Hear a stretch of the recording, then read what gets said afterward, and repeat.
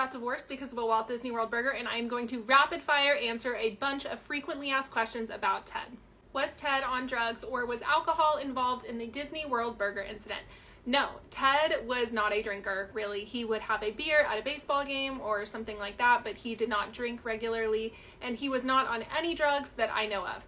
Now, is it possible that he was living a secret life?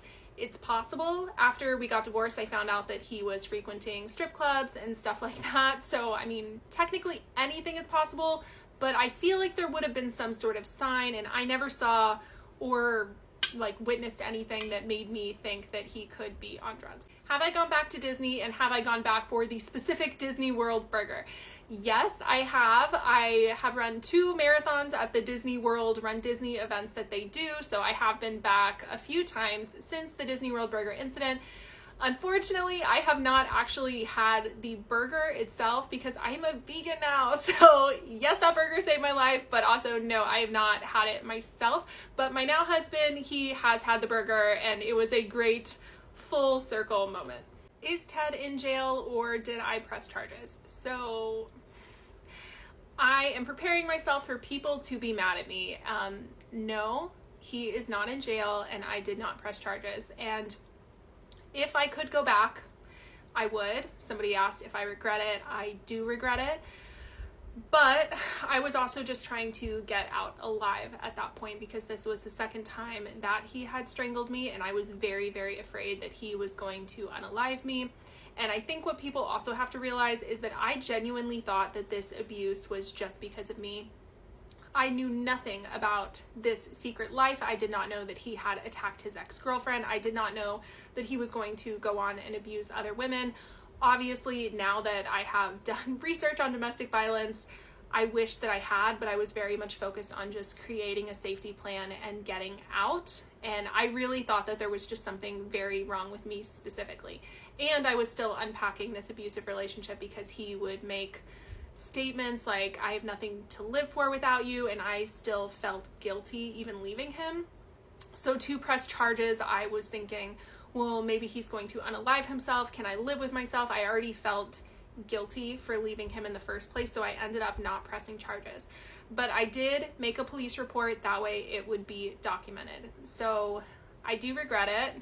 Had I known about his dangerous history, I would have pressed charges. Am I ever going to show Ted's face? No, I'm not going to do that, and it is for my personal safety. And I know that that is something that a lot of people do not agree with. I have posted about this situation in the past, and people have come at me pretty hard for not posting his face and exposing him. But I do have to think about my personal safety, guys, and that goes into another one of the questions was, am I scared of him? Am I afraid that he is going to like retaliate? Not seriously, but I mean, I think any survivor of domestic violence would say that they feel some kind of way and still have PTSD, but I take care of myself a lot, security system and other protections, so I feel relatively safe. And another question was, does he know that I have posted this, and has he reached out to me? So I have not spoken to Ted since I left in 2020. So no, I have not spoken to him. He has not like harassed me or anything like that. I do know that he knows about it, because the girl that he dated after me, Daisy, said that he had admitted to looking at my Facebook at the time. And on my public Facebook, I've posted about domestic violence, and I started posting about domestic violence towards the end of 2020 and into 2021.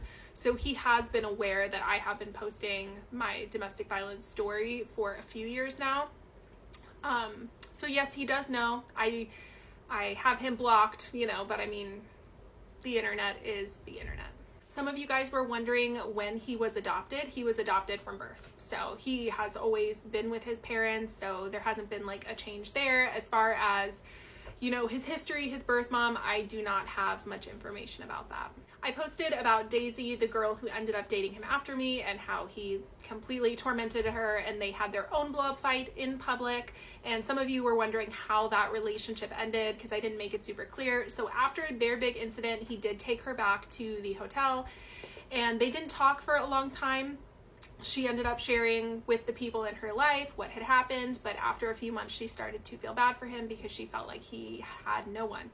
And remember, they were friends since 2007, so she did feel bad that he had nobody in his life. So she ended up saying, like, do you want to be friends? We can be friends, but obviously like no romance. So yeah, they did try to be friends again for, I think it was like a couple weeks, like maybe. And then he had another incident where he blew up on her.